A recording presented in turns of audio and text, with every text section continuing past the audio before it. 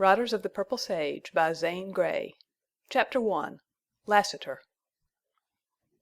A sharp clip-clop of iron-shod hoofs deadened and died away, and clouds of yellow dust drifted from under the cottonwoods out over the sage. Jane Withersteen gazed down the wide purple slope with dreamy and troubled eyes. A rider had just left her, and it was his message that held her thoughtful and almost sad, awaiting the churchmen who were coming to resent and attack her right to befriend a Gentile. She wondered if the unrest and strife that had lately come to the little village of Cottonwoods was to involve her. And then she sighed, remembering that her father had founded this remotest border settlement of southern Utah, and that he had left it to her. She owned all the ground and many of the cottages. Withersteen House was hers, and the great ranch, with its thousands of cattle and the swiftest horses of the sage. To her belonged Amber Spring, the water which gave verdure and beauty to the village, and made living possible on that wild purple upland waste. She could not escape being involved by whatever befell Cottonwoods. That year, 1871, had marked a change which had been gradually coming in the lives of the peace-loving Mormons of the border. Glaze, Stonebridge, Sterling, villages to the north, had risen against the invasion of Gentile settlers and the forays of rustlers. There had been opposition to the one and fighting with the other, and now Cottonwoods had begun to wake and bestir itself and grown hard. Jane prayed that the tranquility and sweetness of her life would not be permanently disrupted. She meant to do so much more for her people than she had done. She wanted the sleepy, quiet, pastoral days to last always. Trouble between the Mormons and Gentiles of the community would make her unhappy. She was Mormon-born, and she was a friend to poor and unfortunate Gentiles. She wished only to go on doing good and being happy. And she thought of what that great ranch meant to her. She loved it all, the grove of cottonwoods, the old stone house, the amber-tinted water, and the droves of shaggy, dusty horses and mustangs, the sleek, clean-limbed, blooded racers, and the browsing herds of cattle, and the lean, sun-browned riders of the sage. While she waited there she forgot the prospect of untoward change. The bray of a lazy burro broke the afternoon quiet, and it was comfortingly suggestive of the drowsy farmyard, and the open corrals, and the green alfalfa fields. Her clear sight intensified the purple sage slope as it rolled before her. Low swells of prairie-like ground sloped up to the west. Dark, lonely cedar trees, few and far between, stood out strikingly, and at long distances ruins of red rocks.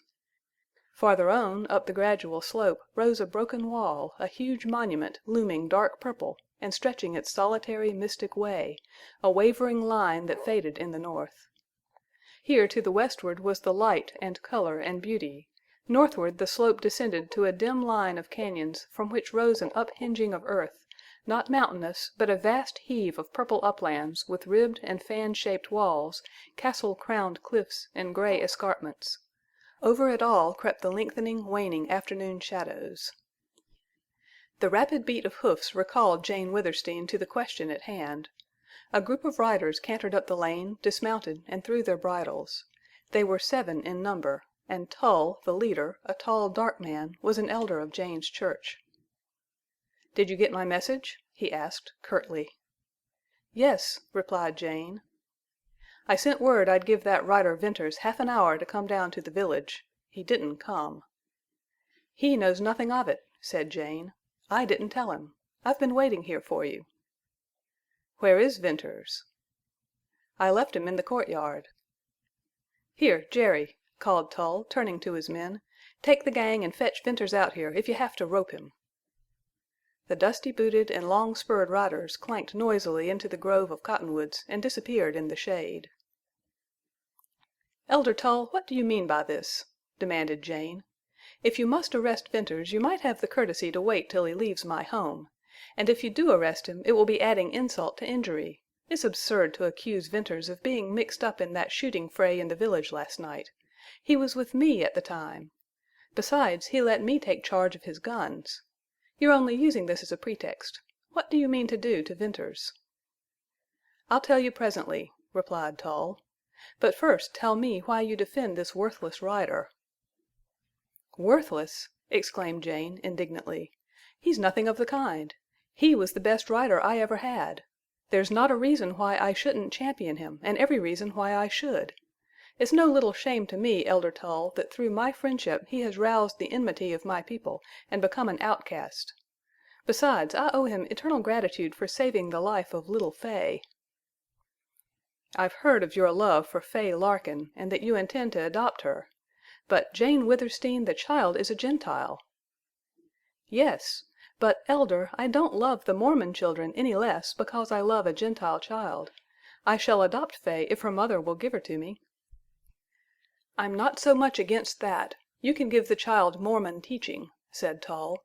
"But I'm sick of seeing this fellow Venters hang around you. I'm going to put a stop to it. You've so much love to throw away on those beggars of Gentiles that I've an idea you might love Venters." Tull spoke with the arrogance of a Mormon whose power could not be brooked and with the passion of a man in whom jealousy had kindled a consuming fire. "Maybe I do love him," said Jane. She felt both fear and anger stir her heart. "I'd never thought of that. Poor fellow, he certainly needs someone to love him." "This'll be a bad day for Venters unless you deny that," returned Tull, grimly. Tull's men appeared under the cottonwoods and led a young man out into the lane. His ragged clothes were those of an outcast, but he stood tall and straight, his wide shoulders flung back, with the muscles of his bound arms rippling and a blue flame of defiance in the gaze he bent on Tull. For the first time Jane Withersteen felt Venters's real spirit. She wondered if she would love this splendid youth. Then her emotion cooled to the sobering sense of the issue at stake. "Venters, will you leave Cottonwoods at once and forever?" asked Tull, tensely. "Why?" rejoined the rider. "Because I order it." Venters laughed in cool disdain. The red leaped to Tull's dark cheek. "If you don't go, it means your ruin," he said, sharply. "Ruin!" exclaimed Venters, passionately. "Haven't you already ruined me? What do you call ruin?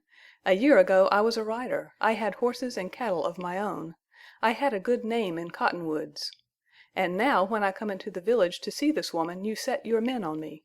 You hound me. You trail me as if I were a rustler. I've no more to lose, except my life." "Will you leave Utah?" "Oh, I know," went on Venters, tauntingly. "It galls you, the idea of beautiful Jane Withersteen being friendly to a poor Gentile. You want her all yourself. You're a wiving Mormon. You have use for her, and Withersteen House, and Amber Spring, and 7,000 head of cattle." Tull's hard jaw protruded and rioting blood corded the veins of his neck. "Once more, will you go?" "No." "Then I'll have you whipped within an inch of your life," replied Tull, harshly. "I'll turn you out in the sage, and if you ever come back you'll get worse." Venters's agitated face grew coldly set, and the bronze changed. Jane impulsively stepped forward.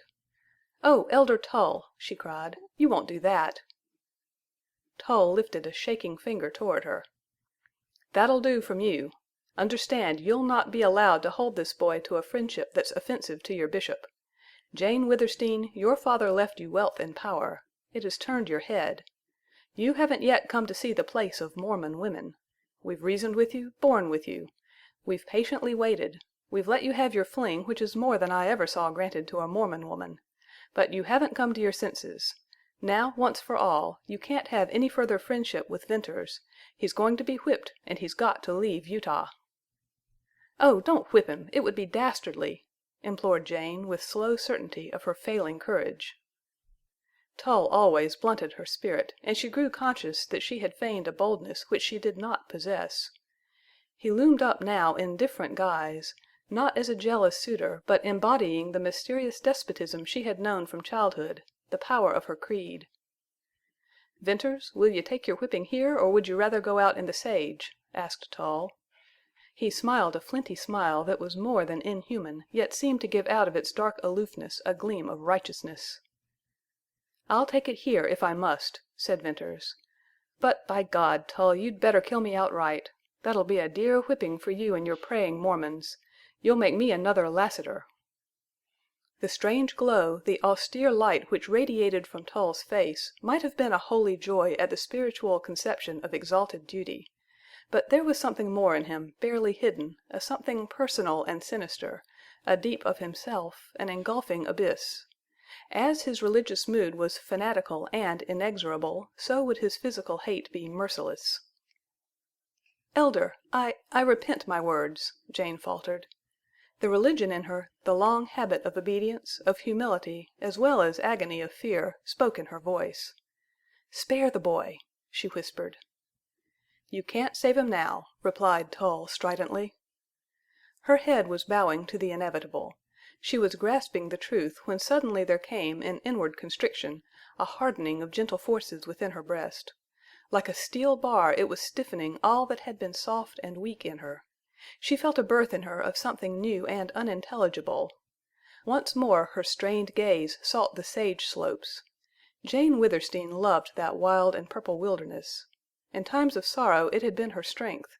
In happiness its beauty was her continual delight. In her extremity she found herself murmuring, "Whence cometh my help?"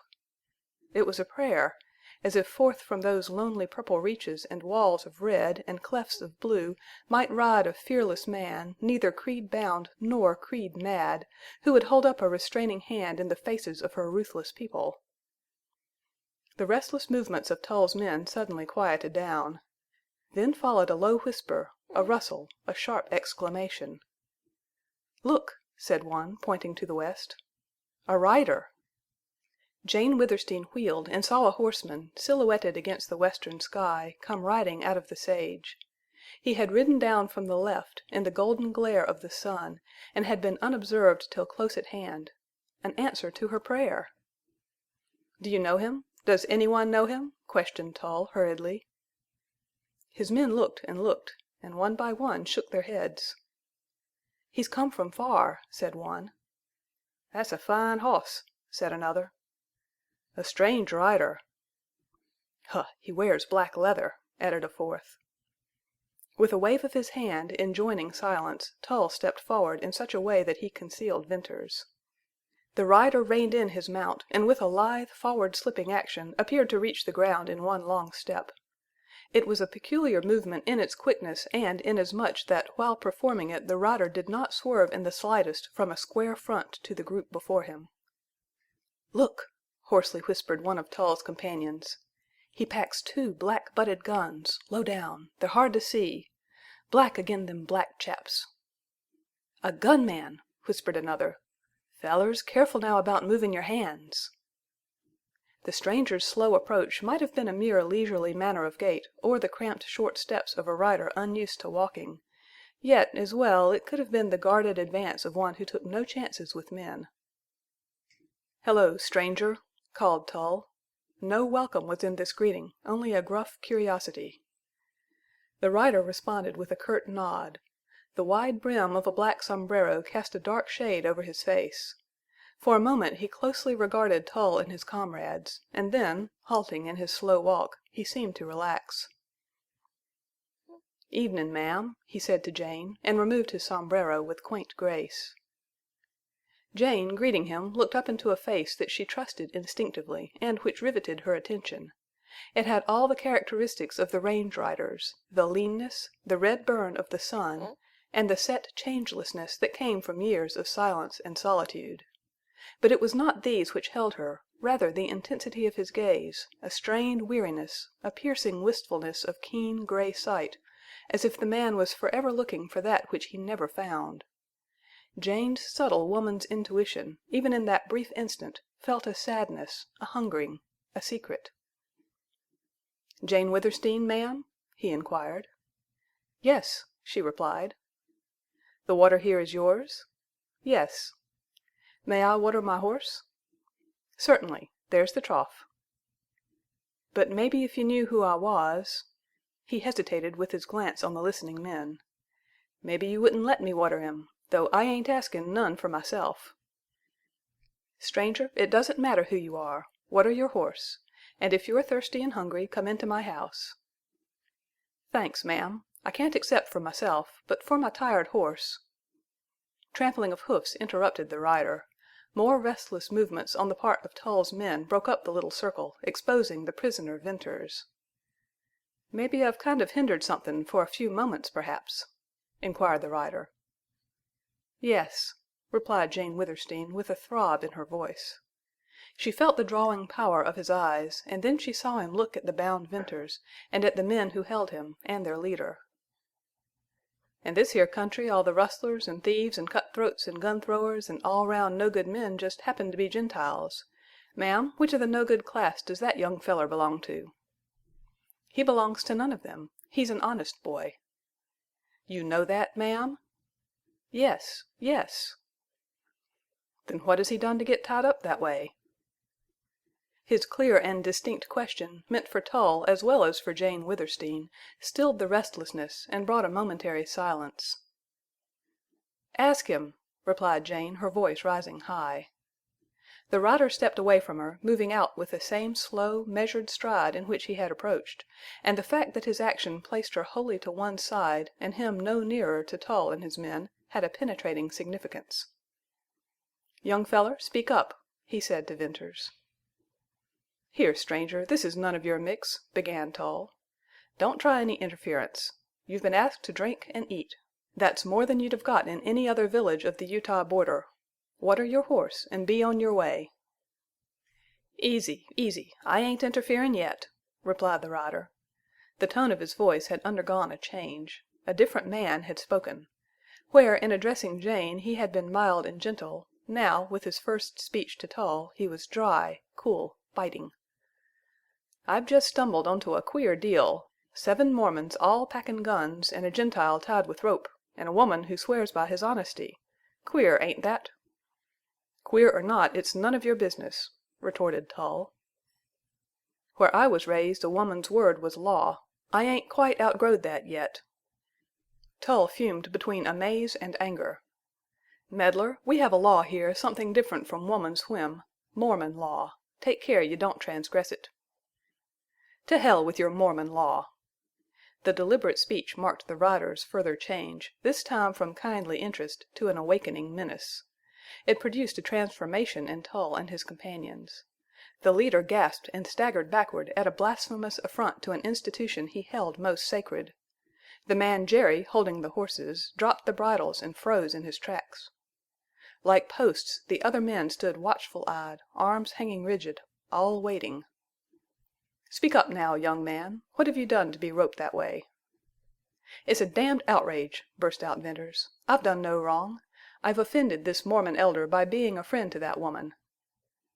"Ma'am, is it true what he says?" asked the rider of Jane, but his quiveringly alert eyes never left the little knot of quiet men. "True? Yes, perfectly true," she answered. "Well, young man, it seems to me that bein' a friend to such a woman would be what you wouldn't want to help and couldn't help. What's to be done to you for it?" "They intend to whip me. You know what that means in Utah." "I reckon," replied the rider slowly. With his gray glance cold on the Mormons, with the restive bit champing of the horses, with Jane failing to repress her mounting agitations, with Venters standing pale and still, the tension of the moment tightened. Tull broke the spell with a laugh without mirth, a laugh that was only a sound betraying fear. "Come on, men," he called. Jane Withersteen turned again to the rider. "Stranger, can you do nothing to save Venters?" "Ma'am, you ask me to save him from your own people?" "Ask you? I beg of you." "But you don't dream who you're askin'." "Oh, sir, I pray you, save him." "These are Mormons, and I—" At any cost save him, for I care for him." Tull snarled. "You love-sick fool! Tell your secrets. There'll be a way to teach you what you've never learned. Come, men, out of here." "Mormon, the young man stays," said the rider. Like a shot his voice halted Tull. "What? Who'll keep him? He's my prisoner," cried Tull hotly. "Stranger, again I tell you, don't mix here. You've meddled enough. Go your way now, or— Listen, he stays." Absolute certainty, beyond any shadow of doubt, breathed in the rider's low voice. "Who are you? We are 7 here." The rider dropped his sombrero and made a rapid movement, singular in that it left him somewhat crouched, arms bent and stiff, with the big black gun sheaths swung around to the fore. Lassiter! It was Venters's wondering, thrilling cry that bridged the fateful connection between the rider's singular position and the dreaded name. Tull put out a groping hand. The life of his eyes dulled to the gloom with which men of his fear saw the approach of death. But death, while it hovered over him, did not descend, for the rider waited for the twitching fingers, the downward flash of hand that did not come. Tull, gathering himself together, turned to the horses, attended by his pale comrades. End of Chapter 1. Chapter 2. Cottonwoods.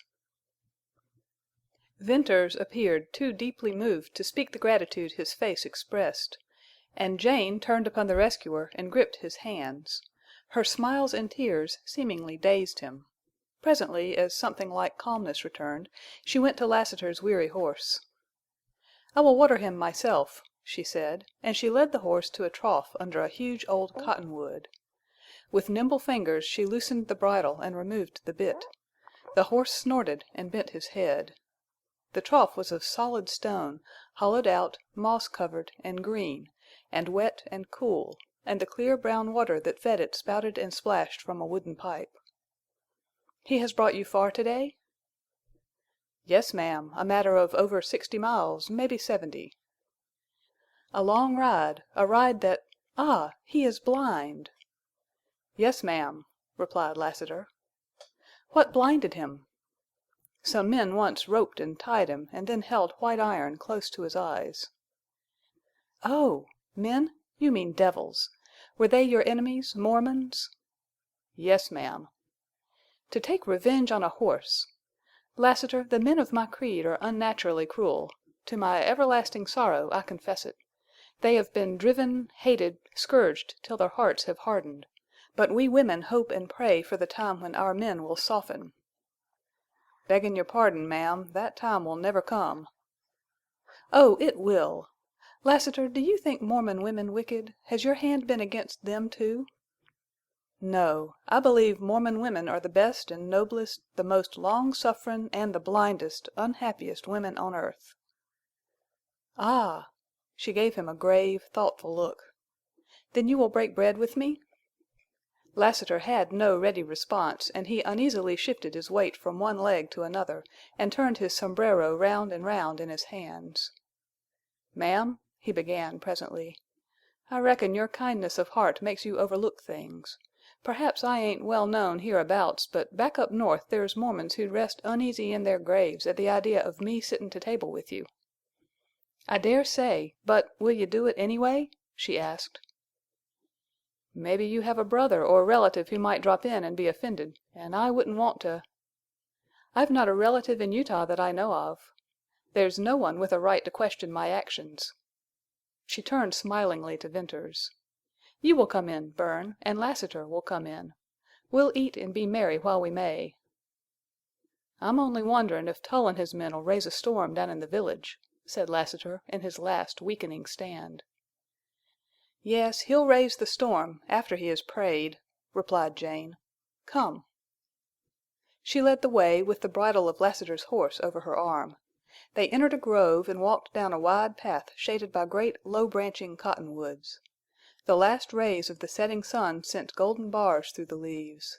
The grass was deep and rich, welcome contrast to sage-tired eyes. Twittering quail darted across the path, and from a tree-top somewhere a robin sang its evening song, and on the still air floated the freshness and murmur of flowing water. The home of Jane Withersteen stood in a circle of cottonwoods, and was a flat, long, red stone structure with a covered court in the center, through which flowed a lively stream of amber-colored water.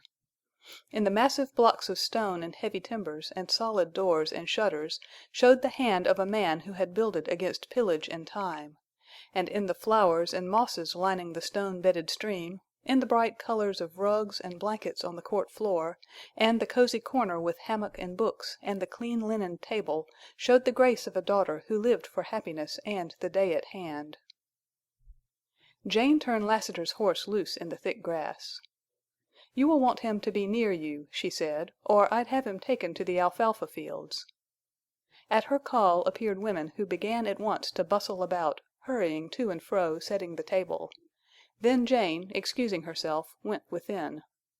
She passed through a huge, low-ceiled chamber like the inside of a fort and into a smaller one where a bright wood fire blazed in an old open fireplace, and from this into her own room. It had the same comfort as was manifested in the homelike outer court. Moreover, it was warm and rich in soft hues. Seldom did Jane Withersteen enter her room without looking into her mirror. She knew she loved the reflection of that beauty which since early childhood she had never been allowed to forget. Her relatives and friends, and later a horde of Mormon and Gentile suitors, had fanned the flame of natural vanity in her, so that at 28 she scarcely thought at all of her wonderful influence for good in the little community where her father had left her practically its beneficent landlord, but cared most for the dream and the assurance and the allurement of her beauty. This time, however, she gazed into her glass with more than the usual happy motive, without the usual slight, conscious smile. For she was thinking of more than the desire to be fair in her own eyes, in those of her friend. She wondered if she were to seem fair in the eyes of this Lassiter, this man whose name had crossed the long, wild breaks of stone and plains of sage, this gentle-voiced, sad-faced man who was a hater and a killer of Mormons. It was not now her usual half-conscious vain obsession that actuated her as she hurriedly changed her riding dress to one of white, and then looked long at the stately form with its gracious contours, at the fair face with its strong chin and full firm lips, at the dark blue, proud, and passionate eyes. "If by some means I can keep him here a few days, a week, he will never kill another Mormon," she mused. "Lassiter! I shudder when I think of that name, of him. But when I look at the man I forget who he is. I almost like him. I remember only that he saved Bern. He has suffered. I wonder what it was. Did he love a Mormon woman once?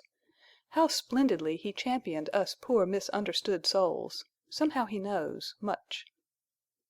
Jane Withersteen joined her guests and bade them to her board.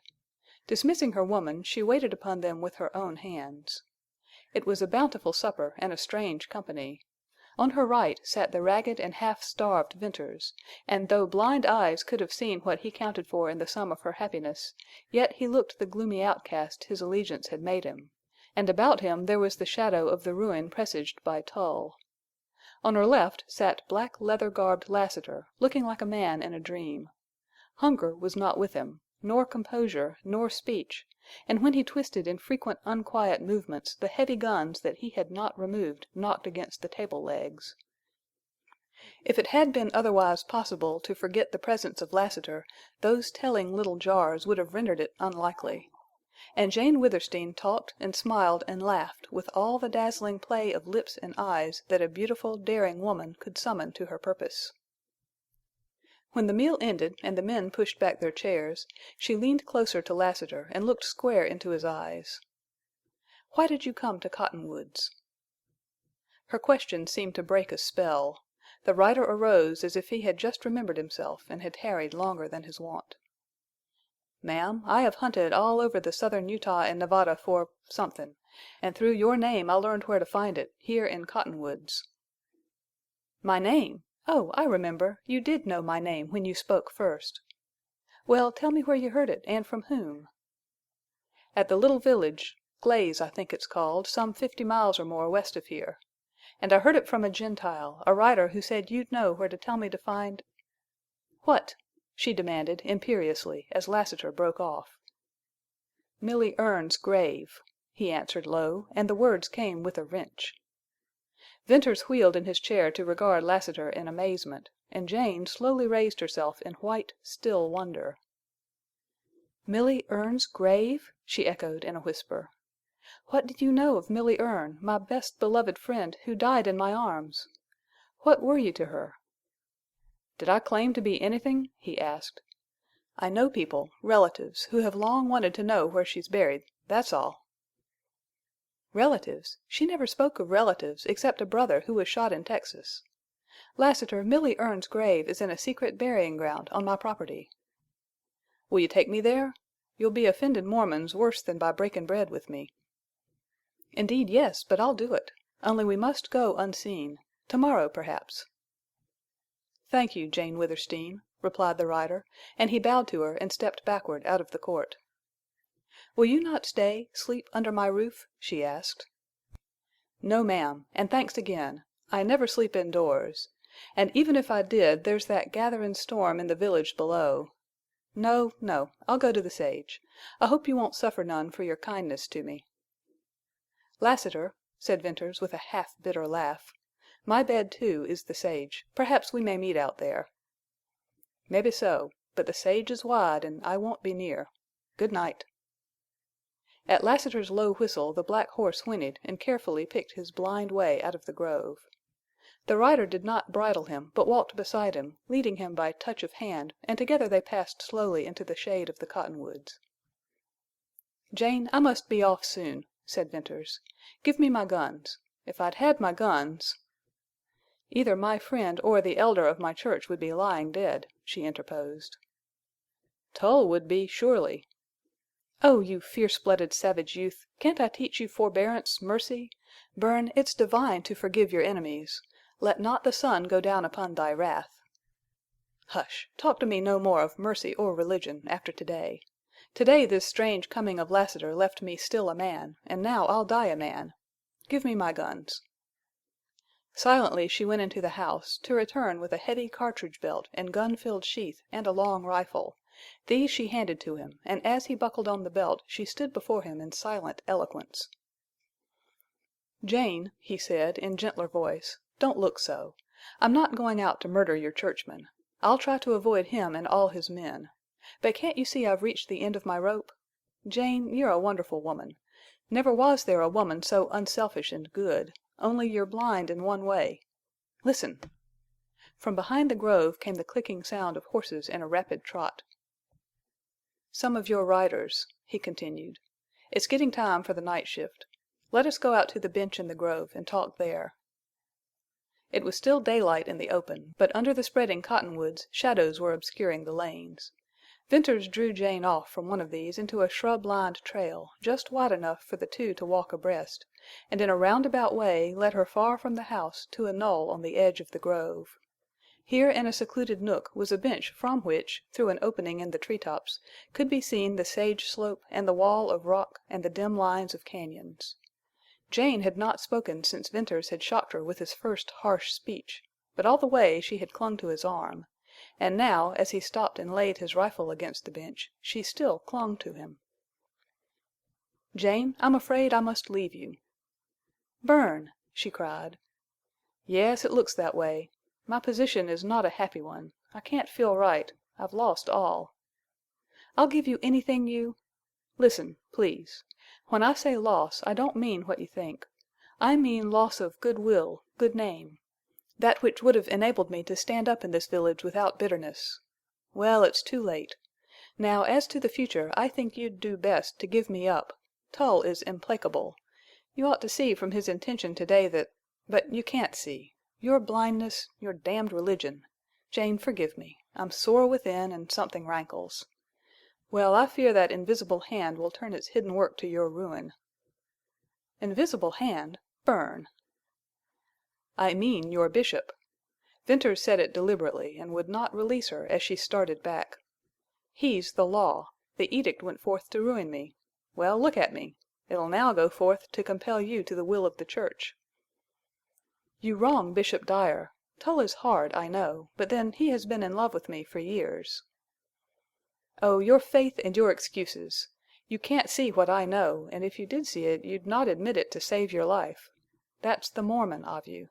These elders and bishops will do absolutely any deed to go on building up the power and wealth of their church, their empire. Think of what they've done to the Gentiles here, to me. Think of Milly Erne's fate." "What do you know of her story?" "I know enough—all, perhaps, except the name of the Mormon who brought her here. But I must stop this kind of talk." She pressed his hand in response.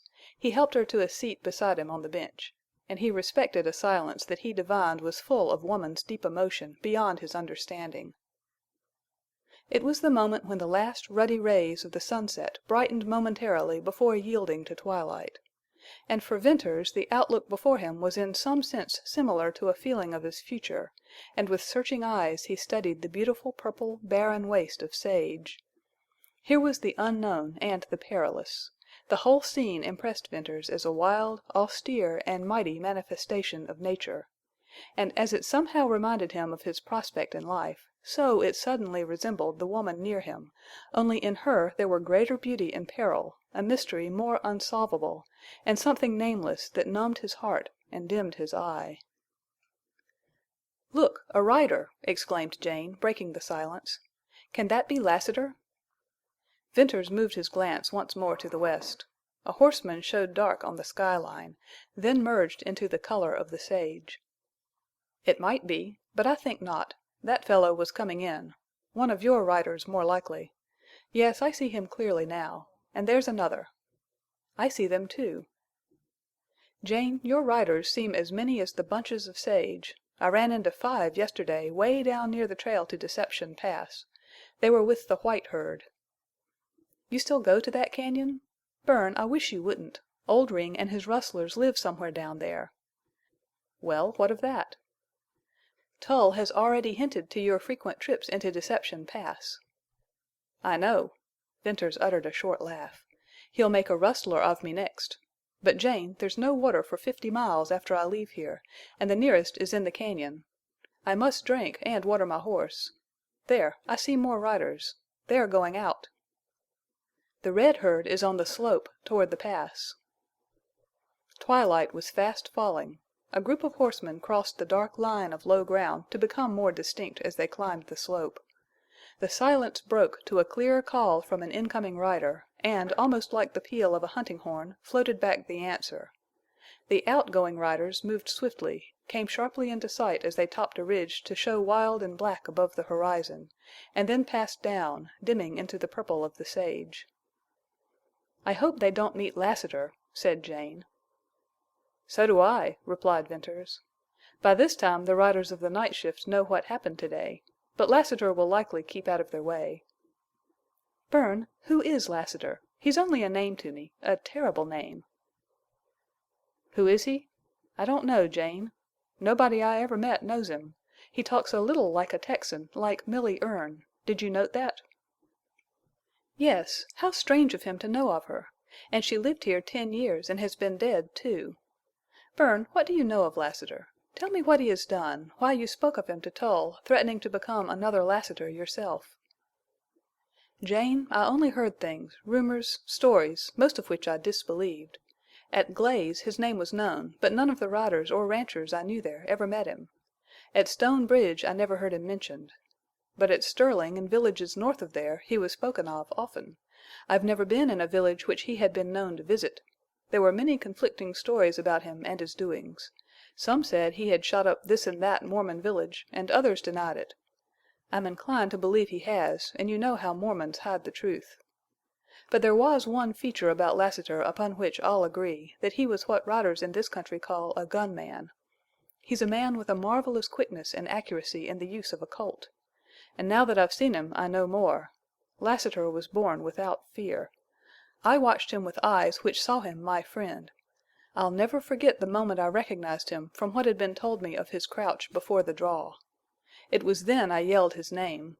I believe that yell saved Tull's life. At any rate, I know this, between Tull and death then there was not the breadth of the littlest hair. If he or any of his men had moved a finger downward—" Venters left his meaning unspoken, but at the suggestion Jane shuddered. The pale afterglow in the west darkened with the merging of twilight into night. The sage now spread out black and gloomy.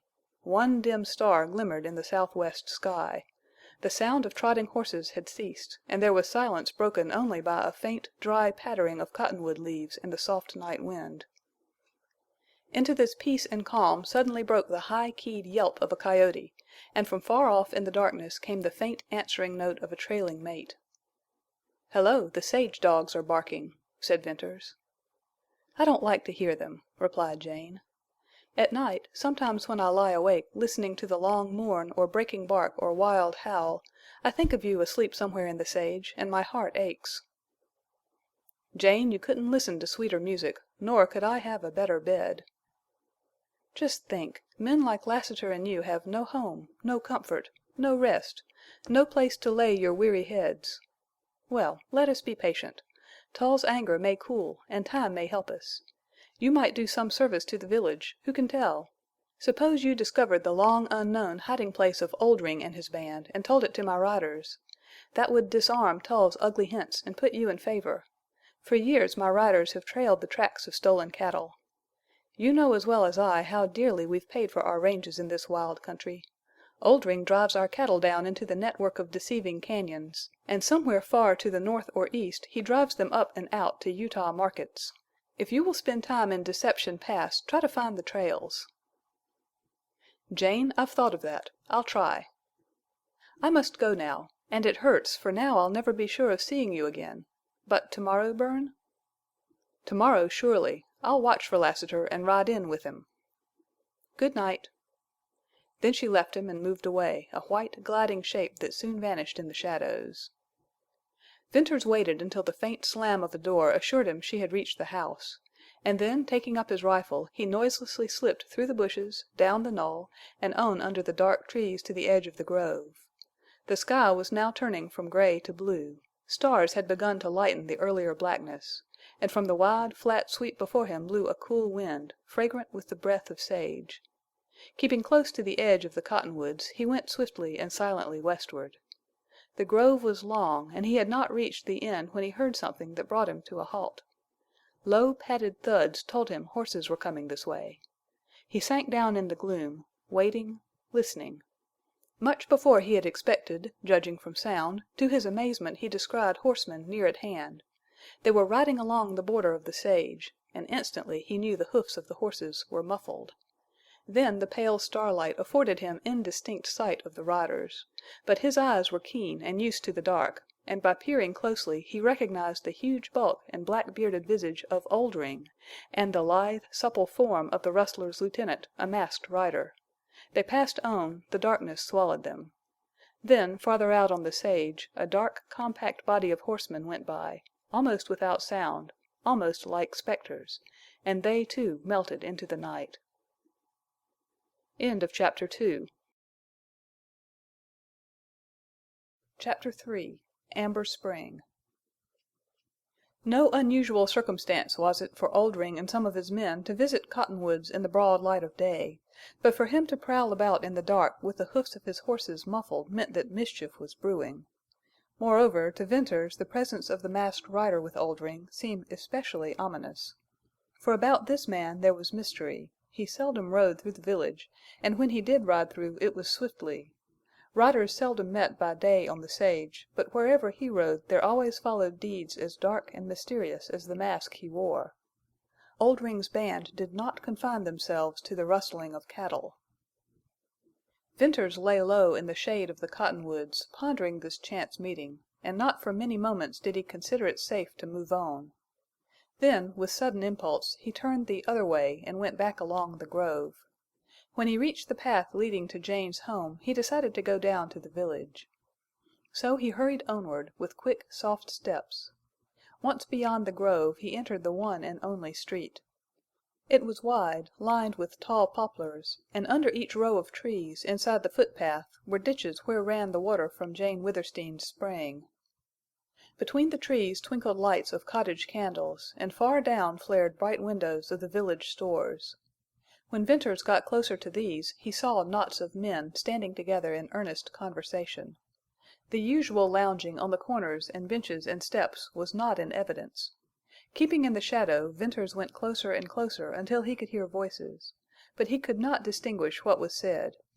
He recognized many Mormons, and looked hard for Tull and his men, but looked in vain. Venters concluded that the rustlers had not passed along the village street. No doubt these earnest men were discussing Lassiter's coming, but Venters felt positive that Tull's intention toward himself that day had not been and would not be revealed. So Venters, seeing there was little for him to learn, began retracing his steps. The church was dark, Bishop Dyer's home next to it was also dark, and likewise Tull's cottage. Upon almost any night at this hour there would be lights here, and Venters marked the unusual omission. As he was about to pass out of the street to skirt the grove, he once more slunk down at the sound of trotting horses. Presently he descried two mounted men riding toward him. He hugged the shadow of a tree. Again the starlight, brighter now, aided him, and he made out Tull's stalwart figure, and beside him the short, frog-like shape of the rider Jerry. They were silent, and they rode on to disappear. Venters went his way with busy, gloomy mind, revolving events of the day, trying to reckon those brooding in the night. His thoughts overwhelmed him. Up in that dark grove dwelt a woman who had been his friend. And he skulked about her home, gripping a gun stealthily as an Indian, a man without place or people or purpose. Above her hovered the shadow of grim, hidden, secret power. No queen could have given more royally out of a bounteous store than Jane Withersteen gave her people, and likewise to those unfortunates whom her people hated. She asked only the divine right of all women, freedom, to love and to live as her heart willed, and yet prayer and her hope were vain. "For years I've seen a storm clouding over her and the village of Cottonwoods," muttered Venters as he strode on. "Soon it'll burst. I don't like the prospects." That night the villagers whispered in the street, and night-riding rustlers muffled horses, and Tull was at work in secret. And out there in the sage hid a man who meant something terrible—Lassiter. Venters passed the black cottonwoods, and, entering the sage, climbed the gradual slope. He kept his direction in line with a western star. From time to time he stopped to listen and heard only the usual familiar bark of coyote and sweep of wind and rustle of sage. Presently a low jumble of rocks loomed up darkly somewhat to his right, and turning that way he whistled softly. Out of the rocks glided a dog that leaped and whined about him. He climbed over rough, broken rock, picking his way carefully, and then went down. Here it was darker and sheltered from the wind. A white object guided him. It was another dog, and this one was asleep, curled up between a saddle and a pack. The animal awoke and thumped his tail in greeting.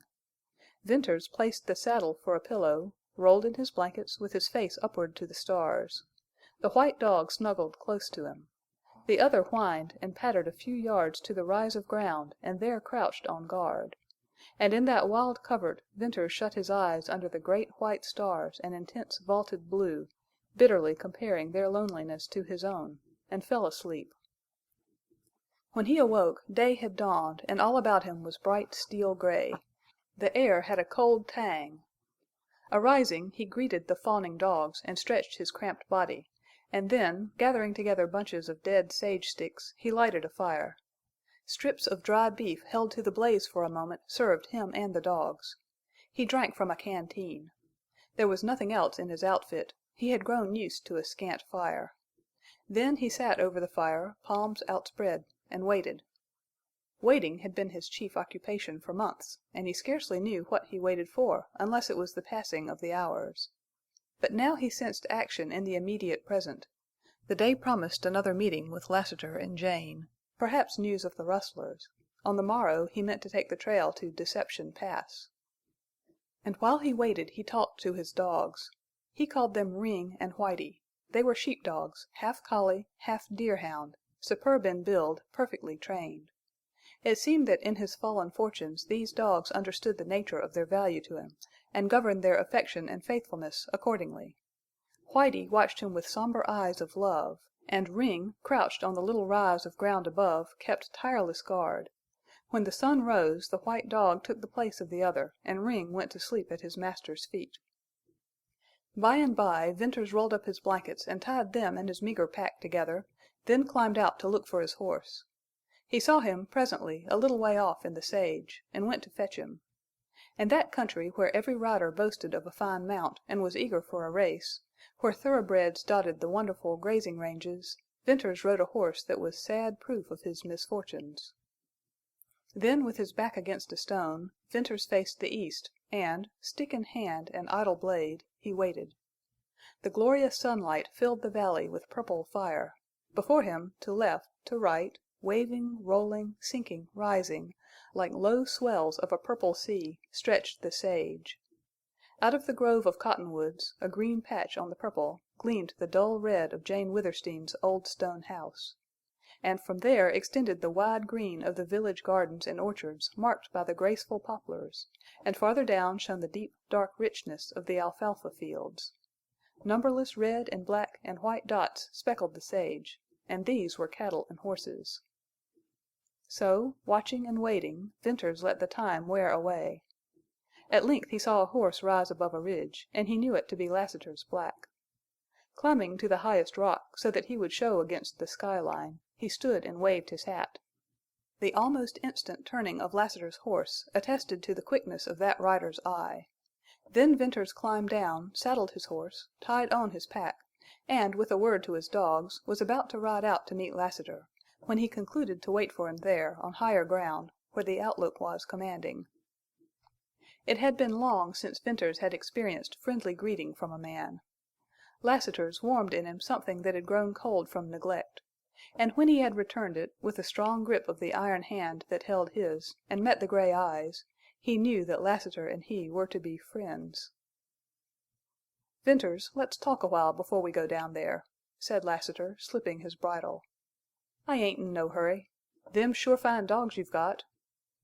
With a rider's eye he took in the points of Venters's horse, but did not speak his thought. "Well, did anything come off after I left you last night?" Venters told him about the rustlers. "I was snug hid in the sage," replied Lassiter, "and didn't see or hear no one. Oldring's got a high hand here, I reckon. It's no news up in Utah how he holes in cañons and leaves no track." Lassiter was silent a moment. "Me and Oldring wasn't exactly strangers some years back when he drove cattle into Bostil's Ford, at the head of the Rio Virgin, but he got harassed there, and now he drives someplace else." "Lassiter, you knew him? Tell me, is he Mormon or Gentile?" "I can't say. I've known Mormons who pretended to be Gentiles." "No Mormon ever pretended that unless he was a rustler," declared Venters. "Mebbe so." "It's a hard country for anyone, but hardest for Gentiles. Did you ever know or hear of a Gentile prospering in a Mormon community?" "I never did." "Well, I want to get out of Utah. I've a mother living in Illinois. I want to go home. It's 8 years now." The older man's sympathy moved Venters to tell his story. He had left Quincy, run off to seek his fortune in the goldfields, had never gotten any farther than Salt Lake City, wandered here and there as helper, teamster, shepherd, and drifted southward over the divide and across the barrens and up the rugged plateau through the passes to the last border settlements. Here he became a rider of the sage, had stock of his own, and for a time prospered until chance threw him in the employ of Jane Withersteen. "Lassiter, I needn't tell you the rest." "Well, it'd be no news to me. I know Mormons. I've seen their women's strange love and patience and sacrifice and silence and what I call madness for their idea of God. And over against that I've seen the tricks of men. They work hand in hand, all together, and in the dark. No man can hold out against them unless he takes to packin' guns. For Mormons are slow to kill. That's the only good I ever seen in their religion. Venters, take this from me, these Mormons ain't just right in their minds.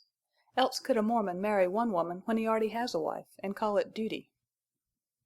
"Lassiter, you think as I think," returned Venters. "How'd it come, then, that you never throwed a gun on Tull or some of them?" inquired the rider, curiously. "Jane pleaded with me, begged me to be patient, to overlook. She even took my guns from me. I lost all before I knew it," replied Venters, with the red color in his face. "But, Lassiter, listen.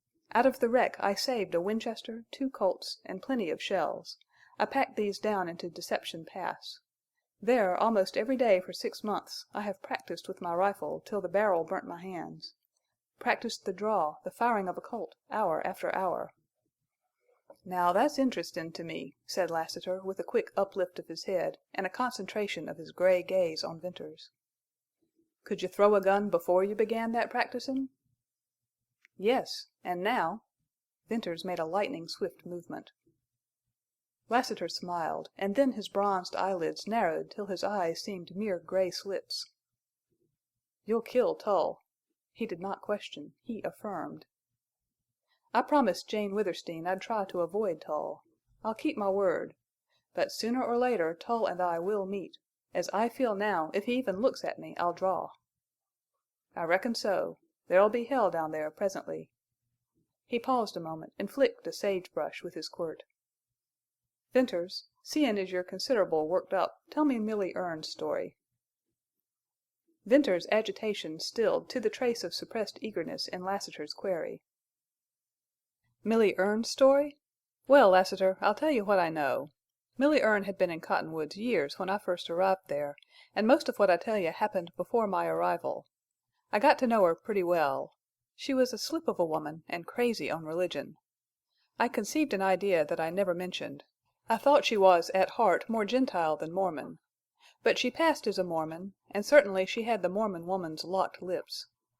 You know, in every Mormon village there are women who seem mysterious to us, but about Milly there was more than the ordinary mystery. When she came to Cottonwoods she had a beautiful little girl whom she loved passionately. Milly was not known openly in Cottonwoods as a Mormon wife. That she really was a Mormon wife I have no doubt. Perhaps the Mormon's other wife or wives would not acknowledge Milly. Such things happen in these villages. Mormon wives wear yokes, but they get jealous. Well, whatever had brought Milly to this country, love or madness of religion, she repented of it. She gave up teaching the village school, she quit the church, and she began to fight Mormon upbringing for her baby girl. Then the Mormons put on the screws, slowly, as is their way. At last the child disappeared. Lost was the report. The child was stolen, I know that. So do you. That wrecked Milly Erne. But she lived on in hope. She became a slave. She worked her heart and soul and life out to get back her child. She never heard of it again. Then she sank. I can see her now, a frail thing, so transparent you could almost look through her, white like ashes. And her eyes! Her eyes have always haunted me. She had one real friend, Jane Withersteen. But Jane couldn't mend a broken heart, and Milly died. For moments Lassiter did not speak or turn his head. "The man!" he exclaimed presently in husky accents. "I haven't the slightest idea who the Mormon was," replied Venters, "nor has any Gentile in Cottonwoods." "Does Jane Withersteen know?" "Yes, but a red-hot running iron couldn't burn that name out of her." Without further speech Lassiter started off, walking his horse, and Venters followed with his dogs. Half a mile down the slope they entered a luxuriant growth of willows, and soon came into an open space carpeted with grass like deep green velvet. The rushing of water and singing of birds filled their ears. Venters led his comrade to a shady bower and showed him Amber Spring. It was a magnificent outburst of clear, amber water pouring from a dark, stone-lined hole. Lassiter knelt and drank, lingered there to drink again. He made no comment, but Venters did not need words. Next to his horse a rider of the sage loved a spring. And this spring was the most beautiful and remarkable known to the upland riders of southern Utah. It was the spring that made old Withersteen a feudal lord, and now enabled his daughter to return the toll which her father had exacted from the toilers of the sage. The spring gushed forth in a swirling torrent and leaped down joyously to make its swift way along a willow-skirted channel. Moss and ferns and lilies overhung its green banks. Except for the rough-hewn stones that held and directed the water, this willow thicket and glade had been left as nature had made it. Below were artificial lakes, 3 in number, one above the other in banks of raised earth, and round about them rose the lofty, green-foliaged shafts of poplar trees. Ducks dotted the glassy surface of the lakes. A blue heron stood motionless on a water gate. Kingfishers darted with shrieking flight along the shady banks. A white hawk sailed above. And from the trees and shrubs came the song of robins and catbirds. It was all in strange contrast to the endless slopes of lonely sage and the wild rock environs beyond. Venters thought of the woman who loved the birds and the green of the leaves and the murmur of the water. Next on the slope, just below the third and largest lake, were corrals and a wide stone barn and open sheds and coops and pens. Here were clouds of dust and cracking sounds of hoofs and romping colts and hee-hawing burros. Neighing horses trampled to the corral fences, and on the little windows of the barn projected bobbing heads of bays and blacks and sorrels. When the 2 men entered the immense barnyard, from all around the din increased. This welcome, however, was not seconded by the several men and boys who vanished on sight. Venters and Lassiter were turning toward the house when Jane appeared in the lane leading a horse. In riding skirt and blouse she seemed to have lost some of her statuesque proportions, and looked more like a girl rider than the mistress of Withersteen. She was brightly smiling, and her greeting was warmly cordial. "Good news," she announced. "I've been to the village. All is quiet. I expected I don't know what, but there's no excitement, and Tull has ridden out on his way to Glaze." "Tull gone?" inquired Venters, with surprise. He was wondering what could have taken Tull away. Was it to avoid another meeting with Lassiter that he went? Could it have any connection with the probable nearness of Oldring and his gang? "Gone, yes, thank goodness," replied Jane. "Now I'll have peace for a while. Lassiter, I want you to see my horses. You are a rider, and you must be a judge of horseflesh. Some of mine have Arabian blood. My father got his best strain in Nevada from Indians who claimed their horses were bred down from the original stock left by the Spaniards." "Well, ma'am, the one you've been ridin' takes my eye," said Lassiter, as he walked around the racy, clean-limbed, and fine-pointed roan. "Where are the boys?" she asked, looking about. "Jerd, Paul, where are you? Here, bring out the horses." The sound of dropping bars inside the barn was the signal for the horses to jerk their heads in the windows, to snort and stamp. Then they came pounding out of the door, a file of thoroughbreds, to plunge about the barnyard, heads and tails up, manes flying. They halted afar off, squared away to look, came slowly forward with whinnies for their mistress and doubtful snorts for the strangers and their horses. "Come, come, come," called Jane, holding out her hands. "Why, Bells, Wrangle, where are your manners? Come, Black Star. Come, Night. Ah, you beauties, my racers of the sage." Only two came up to her, those she called Night and Black Star. Venters never looked at them without delight. The first was soft dead black, the other glittering black, and they were perfectly matched in size, both being high and long-bodied, wide through the shoulders, with lithe, powerful legs. That they were a woman's pets showed in the gloss of skin, the fineness of mane. It showed, too, in the light of big eyes and the gentle reach of eagerness. "I've never seen their like," was Lassiter's encomium. "And in my day I've seen a sight of horses. Now, ma'am, if you was wantin' to make a long and fast ride across the sage, say to elope—" Lassiter ended there with dry humor, yet behind that was meaning. Jane blushed and made arch eyes at him. "Take care, Lassiter, I might think that a proposal," she replied gaily. "It's dangerous to propose elopement to a Mormon woman. Well, I was expecting you. Now will be a good hour to show you Milly Erne's grave. The day riders have gone and the night riders haven't come in.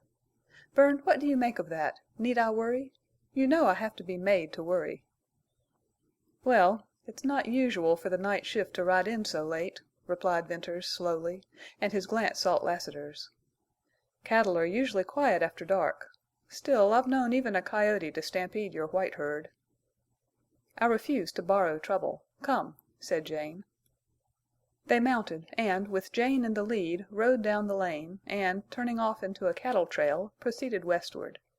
Venters's dogs trotted behind them. On this side of the ranch the outlook was different from that on the other. The immediate foreground was rough, and the sage more rugged and less colorful. There were no dark blue lines of cañons to hold the eye, nor any uprearing rock walls. It was a long roll and slope into gray obscurity. Soon Jane left the trail and rode into the sage, and presently she dismounted and threw her bridle. The men did likewise. Then, on foot, they followed her, coming out at length on the rim of a low escarpment. She passed by several little ridges of earth to halt before a faintly defined mound. It lay in the shade of a sweeping sagebrush close to the edge of the promontory, and a rider could have jumped his horse over it without recognizing a grave. "Here." She looked sad as she spoke, but she offered no explanation for the neglect of an unmarked, uncared-for grave. There was a little bunch of pale, sweet lavender daisies, doubtless planted there by Jane. "I only come here to remember and to pray," she said. "But I leave no trail." A grave in the sage! How lonely this resting place of Milly Erne! The cottonwoods or the alfalfa fields were not in sight, nor was there any rock or ridge or cedar to lend contrast to the monotony. Gray slopes, tinging the purple, barren and wild, with the wind waving the sage, swept away to the dim horizon. Lassiter looked at the grave and then out into space. At that moment he seemed a figure of bronze. Jane touched Venters's arm and led him back to the horses. "Bern, cried Jane, when they were out of hearing. "Suppose Lassiter were Milly's husband, the father of that little girl lost so long ago." "It might be, Jane. Let us ride on. If he wants to see us again he'll come." So they mounted and rode out to the cattle trail and began to climb. From the height of the ridge, where they had started down, Venters looked back. He did not see Lassiter, but his glance, drawn irresistibly farther out on the gradual slope, caught sight of a moving cloud of dust. "Hello, a rider!" "Yes, I see," said Jane. "That fellow's riding hard. Jane, there's something wrong." "Oh yes, there must be. How he rides!" The horse disappeared in the sage, and then puffs of dust marked his course. "He's short cut on us. He's making straight for the corrals." Venters and Jane galloped their steeds and reined in at the turning of the lane. This lane led down to the right of the grove. Suddenly into its lower entrance flashed a bay horse. Then Venters caught the fast, rhythmic beat of pounding hoofs. Soon his keen eye recognized the swing of the rider in his saddle. "It's Judkins, your Gentile rider," he cried. "Jane, when Judkins rides like that, it means hell."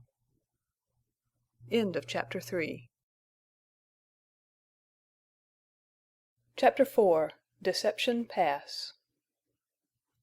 The rider thundered up and almost threw his foam-flecked horse in the sudden stop. He was a giant form, and with fearless eyes. "Judkins, you're all bloody!" cried Jane in affright. "Oh, you've been shot!" "Nothin' much, Miss Withersteen. I got a nick in the shoulder. I'm some wet, and the hoss has been throwin' lather, so all this ain't blood." "What's up?" queried Venters, sharply.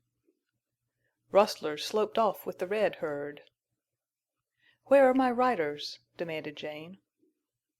"Miss Withersteen, I was alone all night with the herd. At daylight this mornin' the rustlers rode down. They began to shoot at me on sight.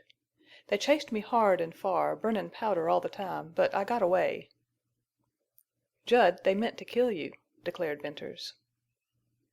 "Now I wonder," returned Judkins.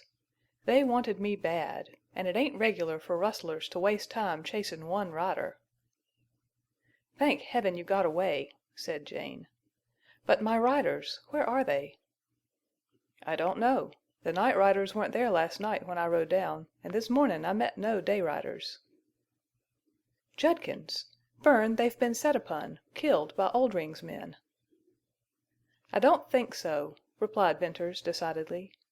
"Jane, your riders haven't gone out in the sage." "Bern, what do you mean?" Jane Withersteen turned deathly pale. "You remember what I said about the unseen hand?" "Oh! Impossible!" "I hope so. But I fear," Venters finished with a shake of his head. "Bern, you're bitter, but that's only natural. We'll wait to see what's happened to my riders. Judkins, come to the house with me. Your wound must be attended to." "Jane, I'll find out where Oldring drives the herd," vowed Venters. "No, no. Bern, don't risk it now, when the rustlers are in such shooting mood." "I'm going. Jud, how many cattle in that red herd?" 2,500 head." "Whew! What on earth can Oldring do with so many cattle? Why, 100 head is a big steal. I've got to find out." "Don't go," implored Jane. "Bern, you want a hoss that can run. Miss Withersteen, if it's not too bold of me to advise, make him take a fast hoss, or don't let him go." "Yes, yes, Judkins, he must ride a horse that can't be caught. Which one? Black Star? Night?" "Jane, I won't take either," said Venters emphatically. "I wouldn't risk losing one of your favorites." "Wrangle, then?" "That's the hoss," replied Judkins. "Wrangle can outrun Black Star and Night. You'd never believe it, Miss Withersteen, but I know. Wrangle's the biggest and fastest hoss on the sage." "Oh, no, Wrangle can't beat Black Star. But, Bern, take Wrangle if you will go. Ask Jerd for anything you need. Oh, be watchful, careful. Godspeed you."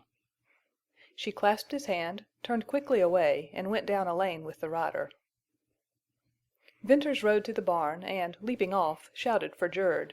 The boy came running. Venters sent him for meat, bread, and dried fruits to be packed in saddlebags. His own horse he turned loose into the nearest corral. Then he went for Wrangle. The giant sorrel had earned his name for a trait the opposite of amiability. He came readily out of the barn, but once in the yard he broke from Venters and plunged about with ears laid back. Venters had to rope him, and then he kicked down a section of fence, stood on his hind legs, crashed down, and fought the rope. Jerd returned to lend a hand. "Wrangle don't get enough work," said Jerd as the big saddle went on. "He's unruly when he's corralled and wants to run. Wait till he smells the sage." "Jerd, this horse is an iron-jawed devil. I never straddled him but once. Run? Say, he's swift as wind." When Venters's boot touched the stirrup the sorrel bolted, giving him the rider's flying mount.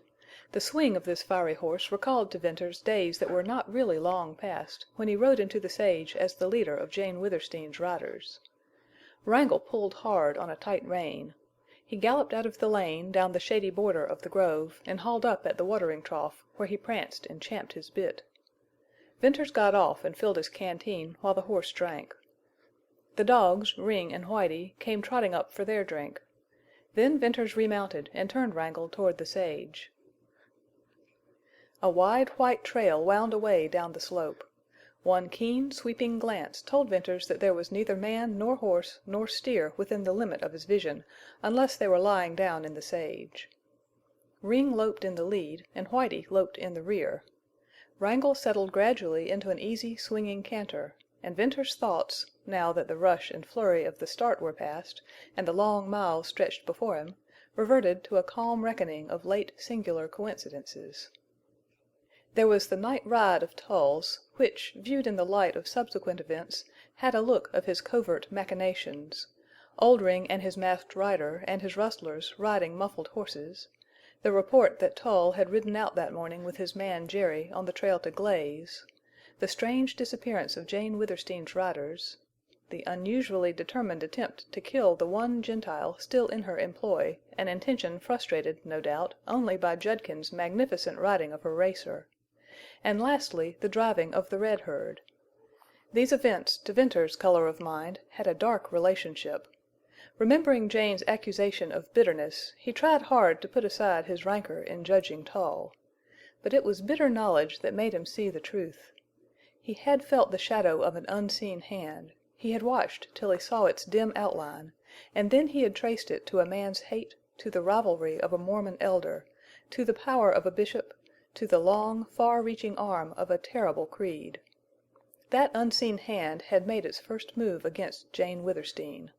Her riders had been called in, leaving her without help to drive 7,000 head of cattle.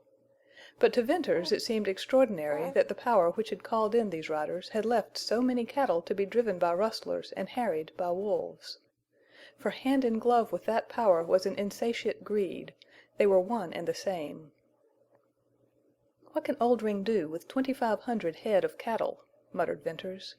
"Is he a Mormon? Did he meet Tull last night? It looks like a black plot to me. But Tull and his churchmen wouldn't ruin Jane Withersteen unless the church was to profit by that ruin. Where does Oldring come in? I'm going to find out about these things." Wrangle did the 25 miles in 3 hours and walked little of the way. When he had gotten warmed up he had been allowed to choose his own gait. The afternoon had well advanced when Venters struck the trail of the red herd and found where it had grazed the night before. Then Venters rested the horse and used his eyes. Near at hand were a cow and a calf and several yearlings, and farther out in the sage some straggling steers. He caught a glimpse of coyotes skulking near the cattle. The slow, sweeping gaze of the rider failed to find other living things within the field of sight.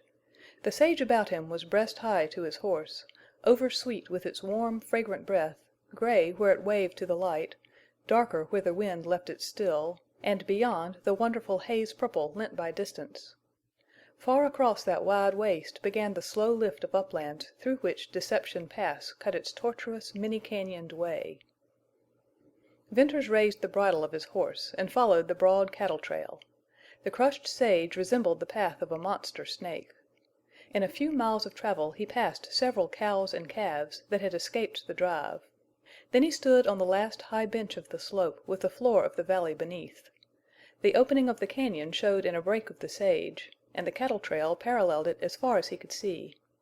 That trail led to an undiscovered point where Oldring drove cattle into the pass, and many a rider who had followed it had never returned. Venters satisfied himself that the rustlers had not deviated from their usual course, and then he turned at right angles off the cattle trail and made for the head of the pass. The sun lost its heat and wore down to the western horizon, where it changed from white to gold and rested like a huge ball about to roll on its golden shadows down the slope. Venters watched the lengthening of the rays and bars, and marveled at his own league-long shadow. The sun sank. There was an instant shading of brightness about him, and he saw a kind of cold purple bloom creep ahead of him to cross the cañon, to mount the opposite slope, and chase and darken and bury the last golden flare of sunlight. Venters rode into a trail that he always took to get down into the cañon. He dismounted and found no tracks but his own made days previous. Nevertheless, he sent the dog Ring ahead and waited. In a little while Ring returned, whereupon Venters led his horse onto the break in the ground. The opening into Deception Pass was one of the remarkable natural phenomena in a country remarkable for vast slopes of sage, uplands insulated by gigantic red walls, and deep cañons of mysterious source and outlet. Here the valley floor was level, and here opened a narrow chasm, a ragged vent in yellow walls of stone. The trail down the 500 feet of sheer depth always tested Venters's nerve. It was bad going for even a burro. But Wrangle, as Venters led him, snorted defiance or disgust rather than fear, and, like a hobbled horse on the jump, lifted his ponderous iron-shod forehoofs and crashed down over the first rough step. Venters warmed to greater admiration of the sorrel, and giving him a loose bridle, he stepped down foot by foot. Oftentimes the stones and shale started by Wrangle buried Venters to his knees. Again he was hard put to it to dodge a rolling boulder. There were times when he could not see Wrangle for dust, and once he and the horse rode a sliding shelf of yellow, weathered cliff. It was a trail on which there could be no stops, and therefore, if perilous, it was at least one that did not take long in the descent. Venters breathed lighter when that was over, and felt a sudden assurance in the success of his enterprise. For at first it had been a reckless determination to achieve something at any cost, and now it resolved itself into an adventure worthy of all his reason and cunning, and keenness of eye and ear. Piñon pines clustered in little clumps along the level floor of the pass. Twilight had gathered under the walls. Venters rode into the trail and up the cañon. Gradually the trees and caves and objects low down turned black, and this blackness moved up the walls till night enfolded the pass, while day still lingered above. The sky darkened, and stars began to show, at first pale and then bright. Sharp notches of the rim wall, biting like teeth into the blue, were landmarks by which Venters knew where his camping site lay. He had to feel his way through a thicket of slender oaks to a spring where he watered Wrangle and drank himself. Here he unsaddled and turned Wrangle loose, having no fear that the horse would leave the thick, cool grass adjacent to the spring. Next he satisfied his own hunger, fed Ring and Whitie, and, with them curled beside him, composed himself to await sleep.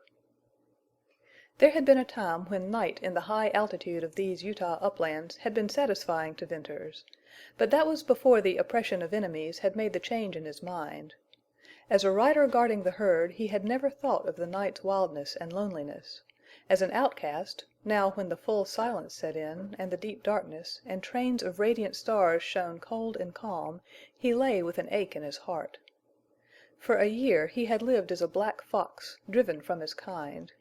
He longed for the sound of a voice, the touch of a hand. In the daytime there was riding from place to place, and the gun practice, to which something drove him, and other tasks that at least necessitated action. At night, before he won sleep, there was strife in his soul.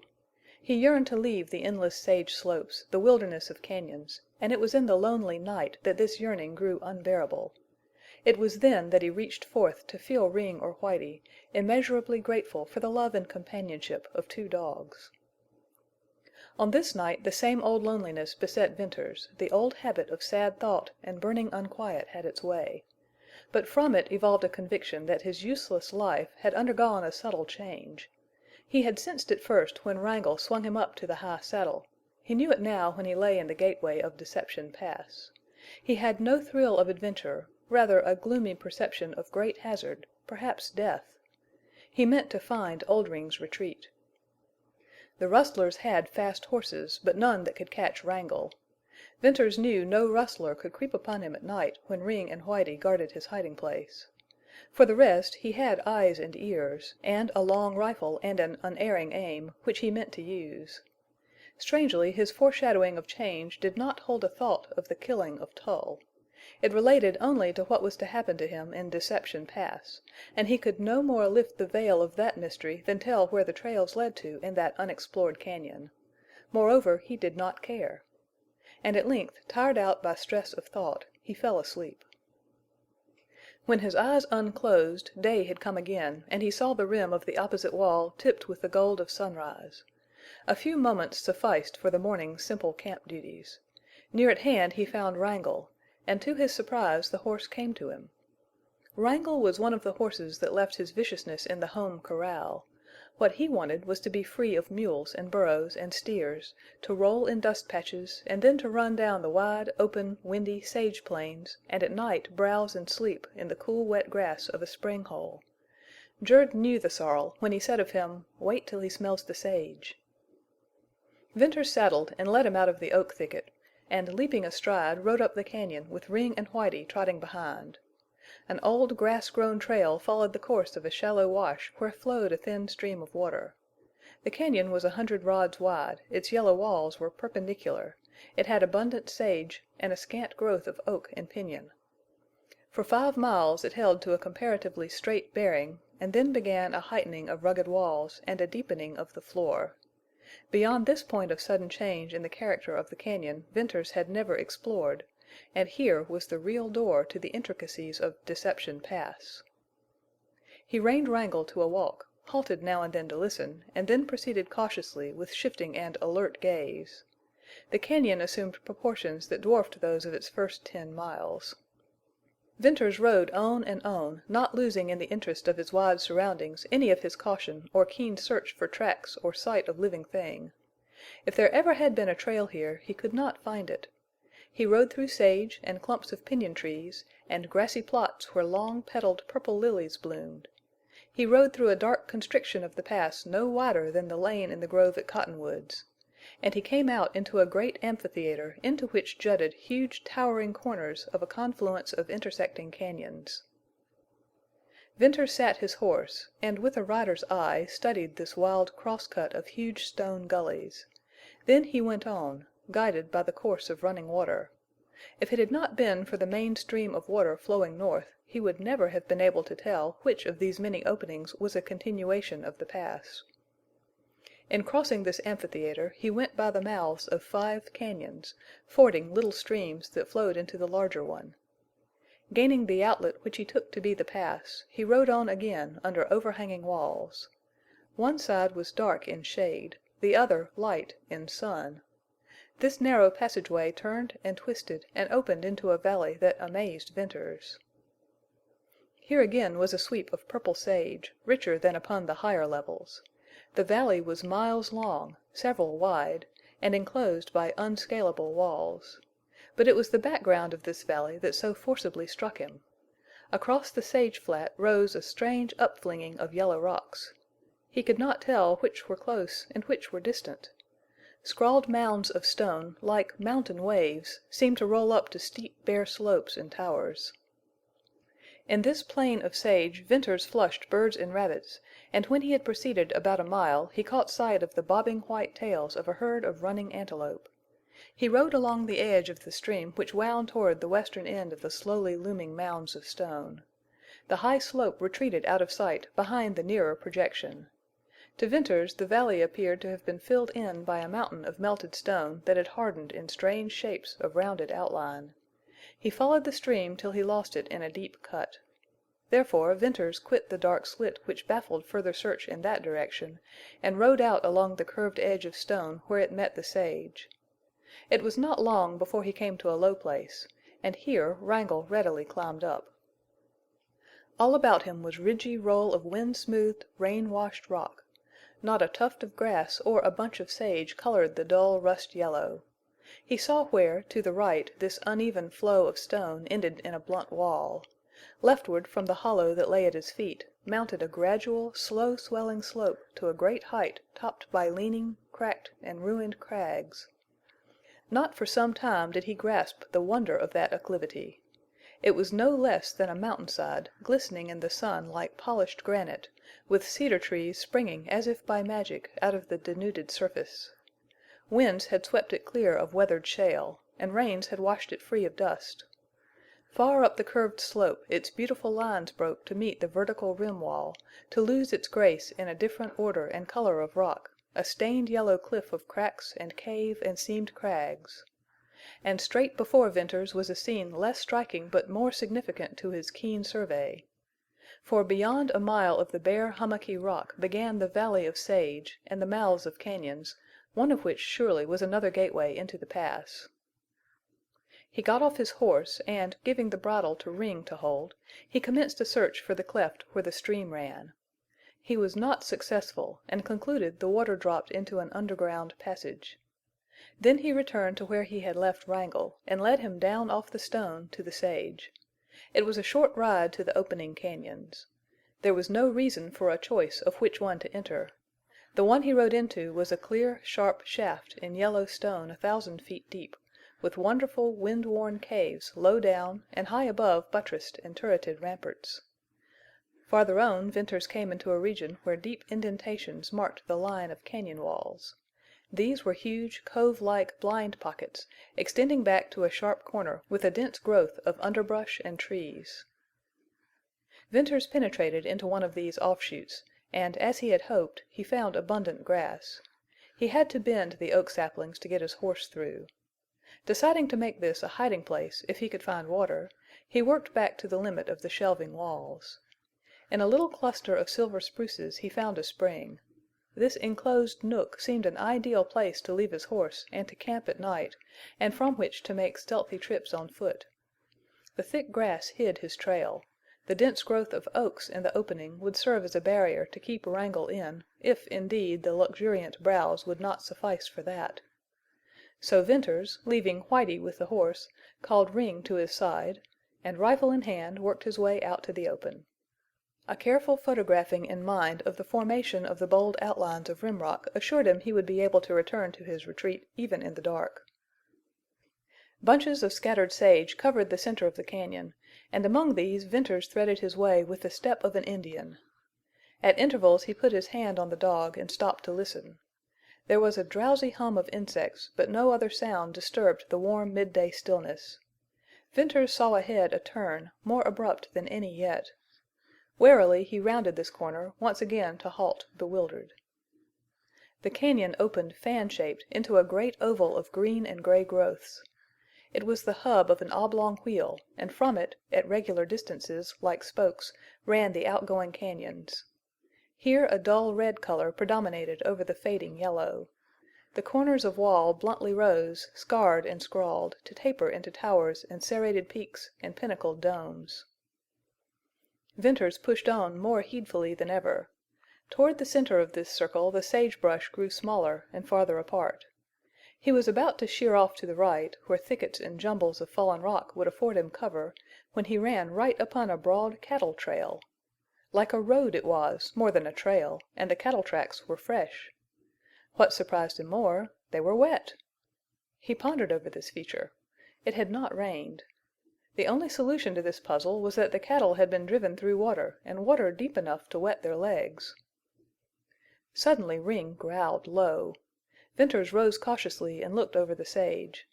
A band of straggling horsemen were riding across the oval. He sank down, startled and trembling. "Rustlers," he muttered. Hurriedly he glanced about for a place to hide. Near at hand there was nothing but sagebrush. He dared not risk crossing the open patches to reach the rocks. Again he peeped over the sage.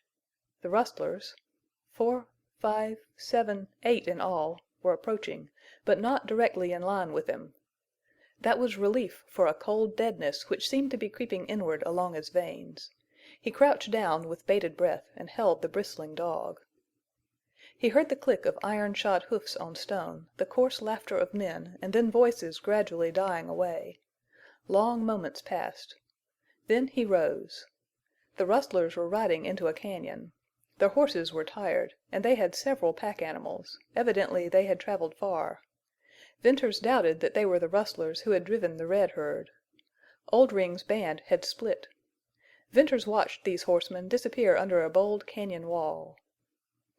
The rustlers had come from the northwest side of the oval. Venters kept a steady gaze in that direction, hoping, if there were more, to see from what cañon they rode. A quarter of an hour went by.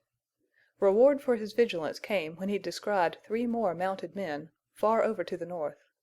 But out of what cañon they had ridden it was too late to tell. He watched the 3 ride across the oval and round the jutting red corner where the others had gone. "Up that cañon!" exclaimed Venters. "Oldring's den! I've found it!" A knotty point for Venters was the fact that the cattle tracks all pointed west. The broad trail came from the direction of the cañon into which the rustlers had ridden, and undoubtedly the cattle had been driven out of it across the oval. There were no tracks pointing the other way. It had been in his mind that Oldring had driven the red herd toward the rendezvous and not from it. Where did that broad trail come down into the pass, and where did it lead? Venters knew he wasted time in pondering the question, but it held a fascination not easily dispelled. For many years Oldring's mysterious entrance and exit to Deception Pass had been all-absorbing topics to sage riders. All at once the dog put an end to Venters' pondering. Ring sniffed the air, turned slowly in his tracks with a whine, and then growled. Venters wheeled. 2 horsemen were within 100 yards, coming straight at him. One, lagging behind the other, was Oldring's masked rider. Venters cunningly sank, slowly trying to merge into sagebrush. But guarded as his action was, the first horse detected it. He stopped short, snorted, and shot up his ears. The rustler bent forward, as if keenly peering ahead. Then, with a swift sweep, he jerked a gun from its sheath and fired. The bullet zipped through the sagebrush. Flying bits of wood struck Venters, and the hot, stinging pain seemed to lift him in one leap. Like a flash the blue barrel of his rifle gleamed level, and he shot once, twice. The foremost rustler dropped his weapon and toppled from his saddle, to fall with his foot catching in a stirrup. The horse snorted wildly and plunged away, dragging the rustler through the sage. The masked rider huddled over his pommel, slowly swaying to one side, and then, with a faint, strange cry, slipped out of the saddle. End of Chapter 4. Chapter 5. The Masked Rider. Venters looked quickly from the fallen rustlers to the cañon where the others had disappeared. He calculated on the time needed for running horses to return to the open if their riders heard shots. He waited breathlessly. But the estimated time dragged by, and no riders appeared. Venters began presently to believe that the rifle reports had not penetrated into the recesses of the cañon, and felt safe for the immediate present. He hurried to the spot where the first rustler had been dragged by his horse. The man lay in deep grass, dead, jaw fallen, eyes protruding, a sight that sickened Venters. The first man at whom he had ever aimed a weapon he had shot through the heart. With the clammy sweat oozing from every pore, Venters dragged the rustler in among some boulders and covered him with slabs of rock. Then he smoothed out the crushed trail in grass and sage. The rustler's horse had stopped a quarter of a mile off, and was grazing.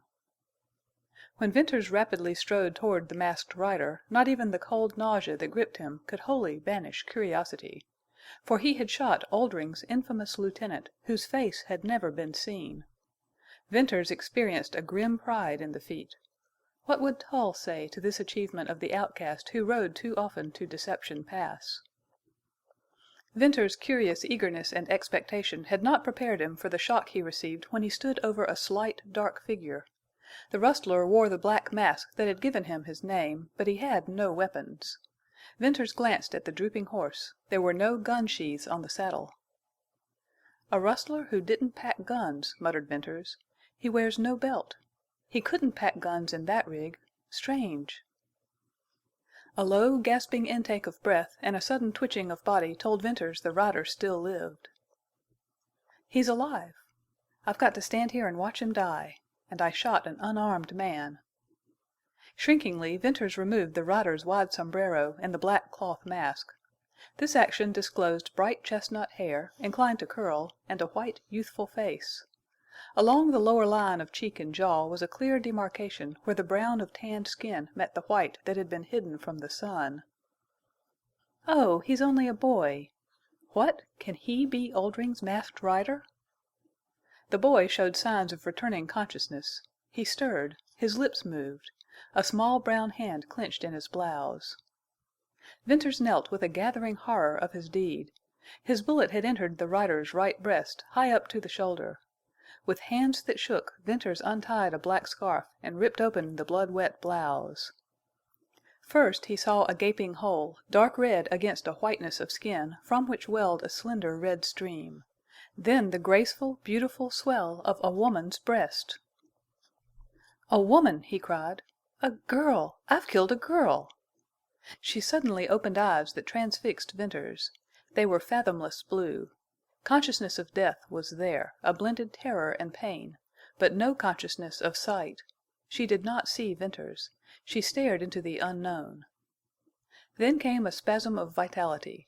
She writhed in a torture of reviving strength, and in her convulsions she almost tore from Venters's grasp. Slowly she relaxed and sank partly back. The ungloved hand sought the wound, and pressed so hard that her wrist half buried itself in her bosom. Blood trickled between her spread fingers, and she looked at Venters with eyes that saw him. He cursed himself and the unerring aim of which he had been so proud. He had seen that look in the eyes of a crippled antelope which he was about to finish with his knife. But in her it had infinitely more, a revelation of mortal spirit. The instinctive bringing to life was there, and the divining helplessness, and the terrible accusation of the stricken. "Forgive me! I didn't know!" burst out Venters. "You've shot me! You've killed me!" she whispered, in panting gasps. Upon her lips appeared a fluttering, bloody froth. By that Venters knew the air in her lungs was mixing with blood. "Oh, I knew it would come some day. Oh, the burn! Hold me! I'm sinking. It's all dark. Ah, God! Mercy!" Her rigidity loosened in one long quiver, and she lay back limp, still, white as snow, with closed eyes. Venters thought then that she died, but the faint pulsation of her breast assured him that life yet lingered. Death seemed only a matter of moments, for the bullet had gone clear through her. Nevertheless, he tore sage leaves from a bush, and pressing them tightly over her wounds, he bound the black scarf round her shoulder, tying it securely under her arm. Then he closed the blouse, hiding from his sight that blood-stained, accusing breast. "What now?" he questioned, with flying mind. "I must get out of here. She's dying, but I can't leave her." He rapidly surveyed the sage to the north and made out no animate object. Then he picked up the girl's sombrero and the mask. This time the mask gave him as great a shock as when he first removed it from her face. For in the woman he had forgotten the rustler, and this black strip of felt cloth established the identity of Oldring's Masked Rider. Venters had solved the mystery. He slipped his rifle under her, and lifting her carefully upon it, he began to retrace his steps.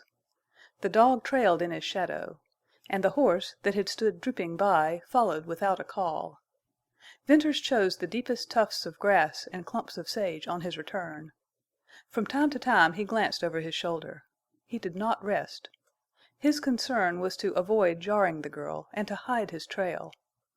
Gaining the narrow cañon, he turned and held close to the wall till he reached his hiding place. When he entered the dense thicket of oaks he was hard put to it to force a way through.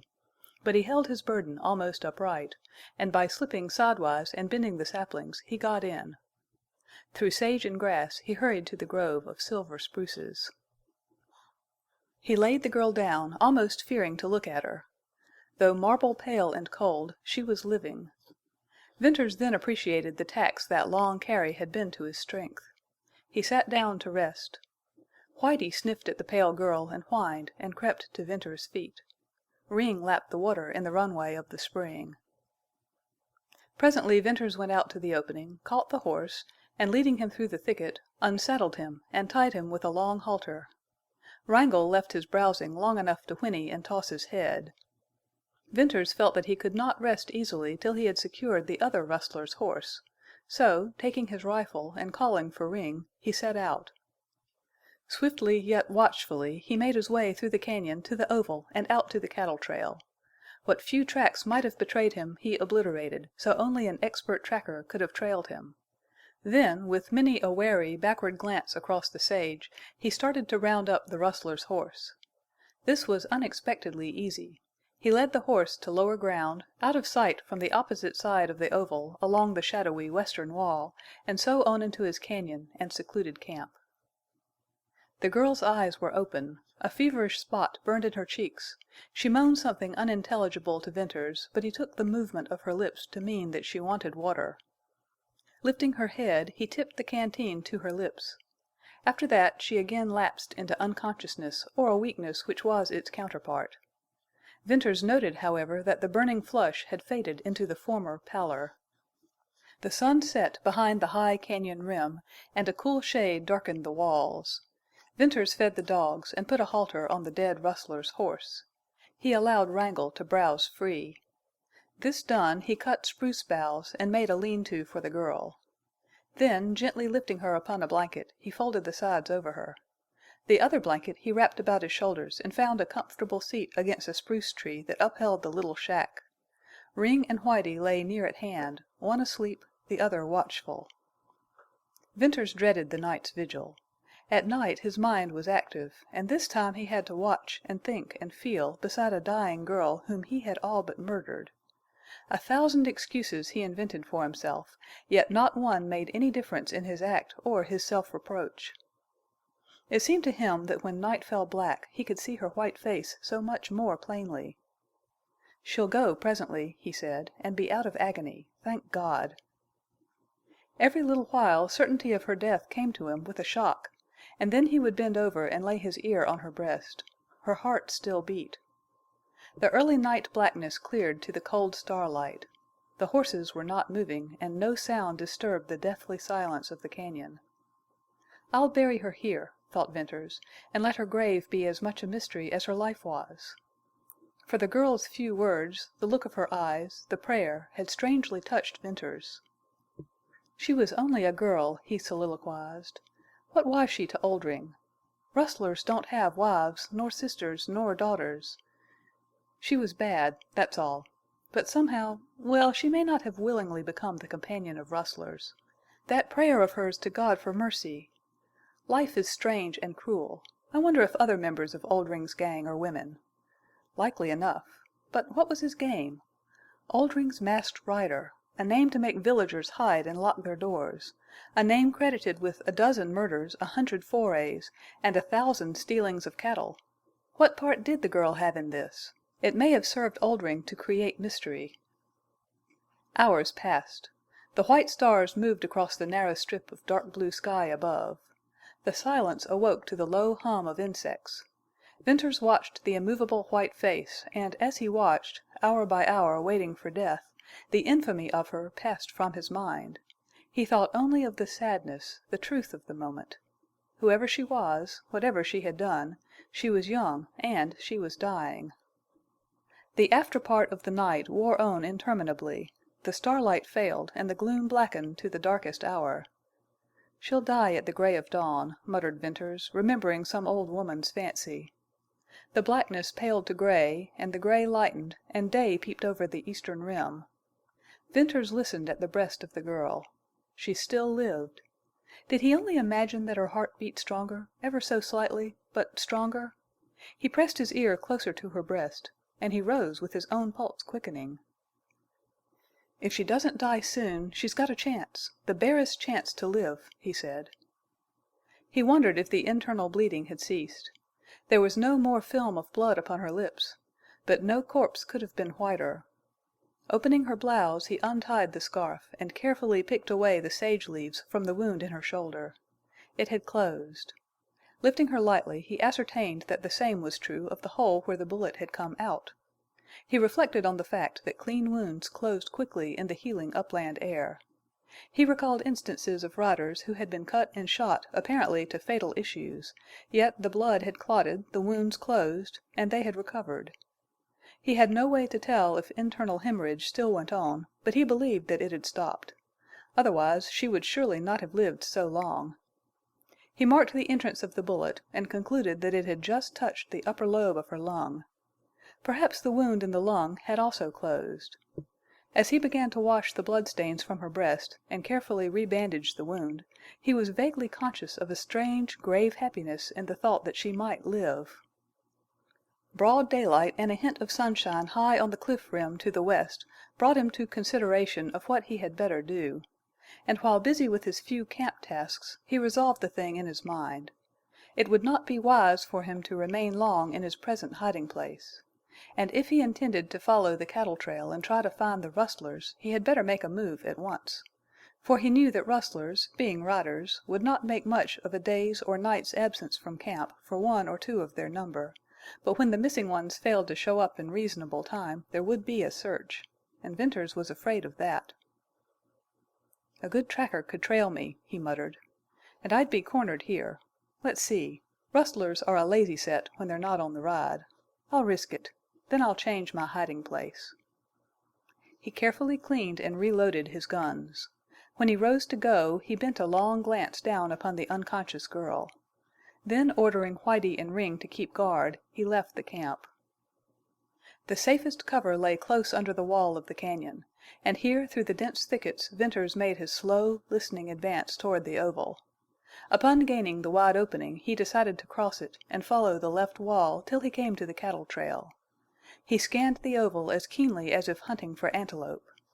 Then, stooping, he stole from one cover to another, taking advantage of rocks and bunches of sage, until he had reached the thickets under the opposite wall. Once there, he exercised extreme caution in his surveys of the ground ahead, but increased his speed when moving. Dodging from bush to bush, he passed the mouths of 2 cañons, and in the entrance of a 3rd cañon he crossed a wash of swift, clear water to come abruptly upon the cattle trail. It followed the low bank of the wash, and, keeping it in sight, Venters hugged the line of sage and thicket. Like the curves of a serpent, the cañon wound for a mile or more, and then opened into a valley. Patches of red showed clear against the purple of sage, and farther out on the level, dotted strings of red led away to the wall of rock. "Ha! The red herd!" exclaimed Venters. Then dots of white and black told him there were cattle of other colors in this enclosed valley. Oldring, the rustler, was also a rancher. Venters's calculating eye took count of stock that outnumbered the red herd. "What a range!" went on Venters. "Water and grass enough for 50,000 head, and no riders needed."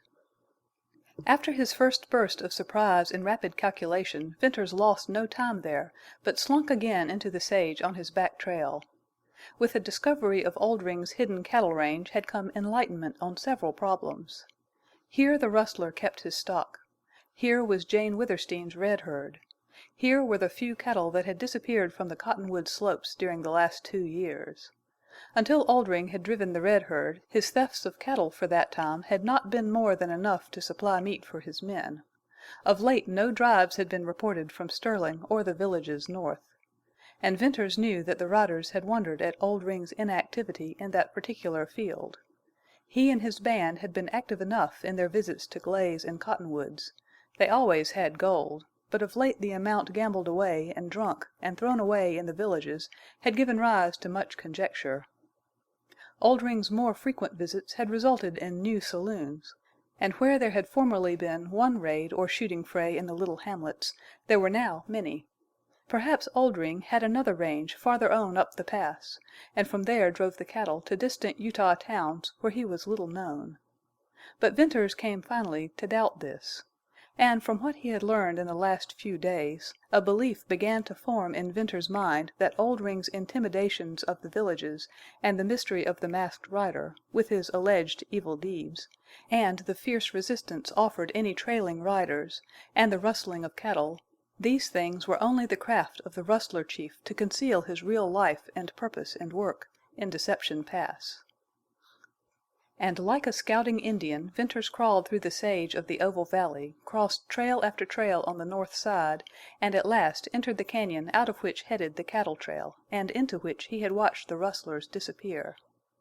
If he had used caution before, now he strained every nerve to force himself to creeping stealth and to sensitiveness of ear. He crawled along so hidden that he could not use his eyes except to aid himself in the toilsome progress through the breaks and ruins of cliff wall. Yet from time to time, as he rested, he saw the massive red walls growing higher and wilder, more looming and broken. He made note of the fact that he was turning and climbing. The sage and thickets of oak and brakes of alder gave place to pinyon pine growing out of rocky soil. Suddenly a low, dull murmur assailed his ears. At first he thought it was thunder, then the slipping of a weathered slope of rock. But it was incessant, and as he progressed it filled out deeper, and from a murmur changed into a soft roar. "Falling water," he said. "There's volume to that. I wonder if it's the stream I lost." The roar bothered him, for he could hear nothing else. Likewise, however, no rustlers could hear him. Emboldened by this, and sure that nothing but a bird could see him, he arose from his hands and knees to hurry on. An opening in the pinyons warned him that he was nearing the height of slope. He gained it and dropped low with a burst of astonishment. Before him stretched a short cañon with rounded stone floor bare of grass or sage or tree, and with curved, shelving walls. A broad rippling stream flowed toward him, and at the back of the cañon waterfall burst from a wide rent in the cliff, and bounding down in two green steps spread into a long white sheet. If Venters had not been indubitably certain that he had entered the right cañon, his astonishment would not have been so great. There had been no breaks in the walls, no side cañons entering this one where the rustlers' tracks and the cattle trail had guided him, and therefore he could not be wrong. But here the cañon ended, and presumably the trails also. "That cattle trail headed out of here," Venters kept saying to himself. "It headed out. Now what I want to know is, how on earth did cattle ever get in here?" If he could be sure of anything, it was of the careful scrutiny he had given that cattle track, every hoofmark of which headed straight west. He was now looking east at an immense round boxed corner of cañon down which tumbled a thin white veil of water, scarcely 20 yards wide. Somehow, somewhere, his calculations had gone wrong. For the first time in years he found himself doubting his rider's skill in finding tracks, and his memory of what he had actually seen. In his anxiety to keep under cover he must have lost himself in this offshoot of Deception Pass, and thereby in some unaccountable manner missed the cañon with the trails. There was nothing else for him to think. Rustlers could not fly, nor cattle jump down 1,000-foot precipices. He was only proving what the sage riders had long said of this labyrinthine system of deceitful cañons and valleys. Trails led down into Deception Pass, but no rider had ever followed them. On a sudden he heard above the soft roar of the waterfall an unusual sound that he could not define. He dropped flat behind a stone and listened.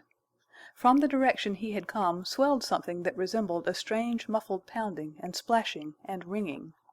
Despite his nerve, the chill sweat began to dampen his forehead. What might not be possible in this stone-walled maze of mystery? The unnatural sound passed beyond him as he lay gripping his rifle and fighting for coolness. Then from the open came the sound, now distinct and different. Venters recognized a hobble bell of a horse, and the cracking of iron on submerged stones, and the hollow splash of hoofs in water. Relief surged over him. His mind caught again at realities, and curiosity prompted him to peep from behind the rock. In the middle of the stream waded a long string of packed burros driven by 3 superbly mounted men. Had Venters met these dark-clothed, dark-visaged, heavily armed men anywhere in Utah, let alone in this robber's retreat, he would have recognized them as rustlers. The discerning eye of a rider saw the signs of a long, arduous trip. These men were packing in supplies from one of the northern villages. They were tired, and their horses were almost played out, and the burros plodded on, after the manner of their kind when exhausted, faithful and patient, but as if every weary, splashing, slipping step would be their last. All this Venters noted in one glance. After that he watched with a thrilling eagerness. Straight at the waterfall the rustlers drove the burros, and straight through the middle, where the water spread into a fleecy, thin film like dissolving smoke. Following closely, the rustlers rode into this white mist, showing in bold black relief for an instant, and then they vanished. Venters drew a full breath that rushed out in brief and sudden utterance. "Good Heaven! Of all the holes for a rustler!